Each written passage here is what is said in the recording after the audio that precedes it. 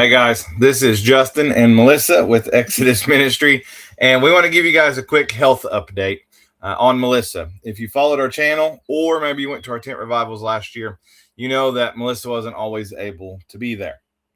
And I do want to tell you real quick, if you hear an excessive amount of mooing, my father-in-law is weaning his calves, and the camper that I'm working out of is right by where he's weaning the calves. So you're going to hear lots of mooing for the backdrop in this one.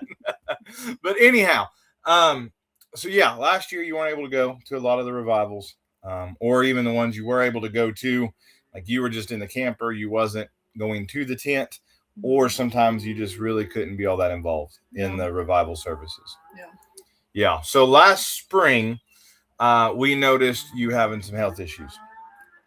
Without going into a whole lot of detail, my wife has had hormone issues basically since we got married. That's kind of when they found out you had those hormone issues. And we've got 4 children. Praise the Lord. Every one of them is a testimony under the power of God, right? However, we just kind of thought you were pregnant again, is what we thought was happening. Yeah, because I was having just really bad headaches and like intermittent nausea, excuse me, stuff like that, and like extreme fatigue, like really bad. But at that point, it was just kind of intermittent. Yeah, you were even so. You early pregnancy, very early pregnancy, you even get like fainty, dizzy type spells. Yeah. Right. And that's been really consistent through all the children we've had. And that was happening again.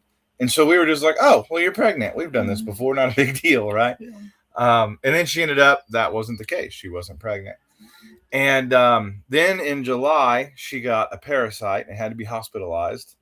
She spent a few days in the hospital and then got out of the hospital and had to go back into the hospital for something else. And then through all of that, we started learning that you had some other things going on. We know she's got PCOS, is a hormone issue that she has. And then they found out that her liver was enlarged. It's inflamed. It's swollen. And so immediately, basically, they were like, you need to cut out all processed foods and most carbs. You have to eat air. Yeah. You have to air and water. Air and water. And so we did that. We also did some studying, and we learned that pork is like as hard on your liver as alcohol. So we also cut out pork, and that helped with your right side pain. Yeah. But you were still, since last spring, it just was kind of a snowball effect. It just keeps getting a little worse and a little worse and a little worse and a little worse and a little worse, kind of no matter what they do.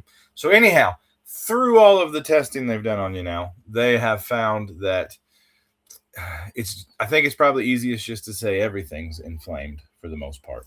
Most everything. Yeah. It's like a chronic inflammation. Yeah. Esophagus, stomach, without going into a lot of detail, everything they check, that's kind of been the common denominator, if you will. Yeah.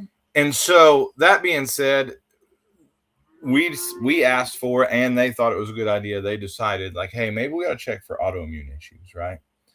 And so they did the blood work, and she has a positive ANA with a pretty high titer, or however you say it.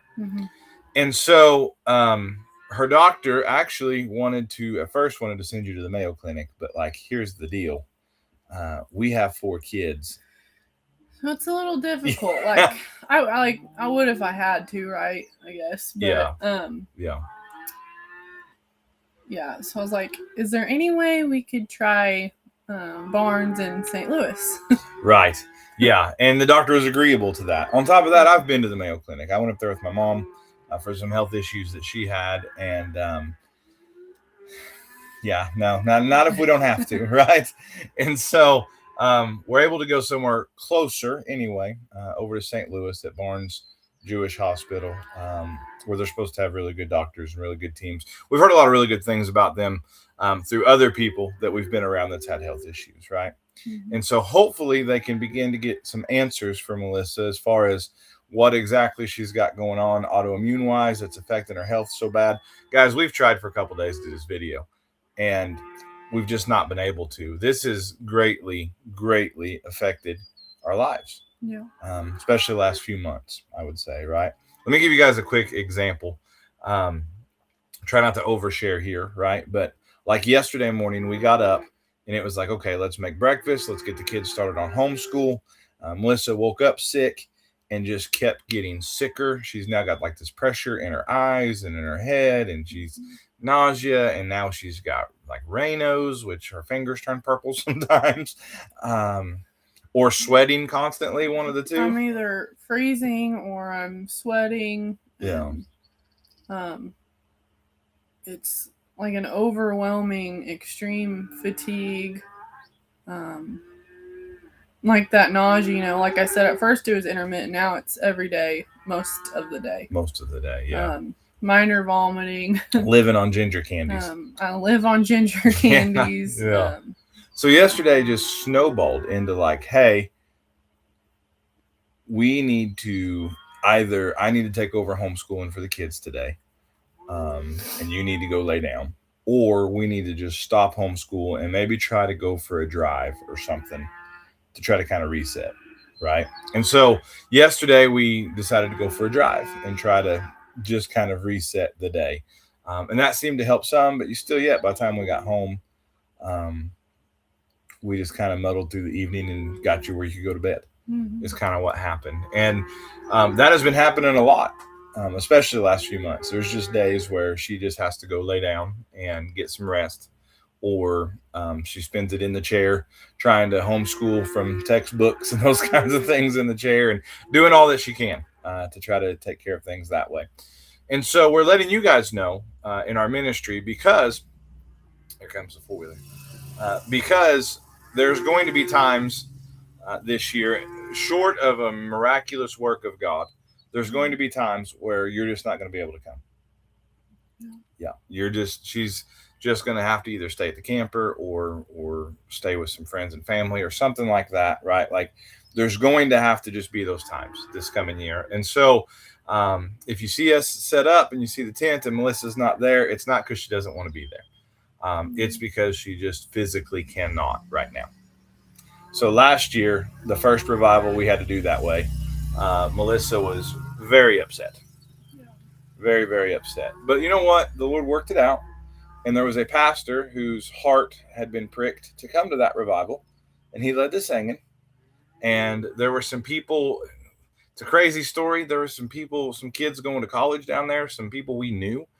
We knew their family back home. And they came and they were playing music and helping me pick up every night and like all of that stuff. And the Lord just provided in a miraculous way, right? But that doesn't change the fact that like I like to have my wife with me, right?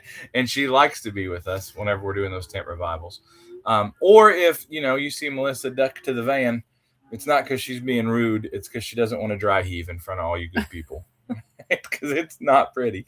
No, it's not pretty. A lot of times it's just dry heaving, right? But sometimes it comes with the follow up. So, if you see her duck away to the van, or if she just doesn't seem all that like she's leading singing, but she's not, man, you can tell she's struggling, or she's leading singing, but they're not singing any specials or anything like that. That's why. Now, that being said, we have been trying to make lemonade out of this best we can, right? You've really been learning on your mandolin, or trying to learn on your mandolin, because she's like, well, I just got to sit here and dry heave. So I might as well pick the mandolin up a little bit more and see if I can pick and grin and make everything a little happy. So you guys have been trying. Mm-hmm. That's been the other thing, guys. Truthfully, she has trouble getting through a song right now without getting out of breath, and then she gets all shaky and dizzy, and it's a deal. Mm-hmm. Right. So I know a lot of you guys have been praying for us. A lot of you guys that was involved in our ministry last year and kind of seen everything happen and seen how sick she was getting. I want to thank you guys for praying. We want to give you guys, yes. And we want to give you guys a health update and let you kind of know moving forward, until we kind of get our heads wrapped around this some more.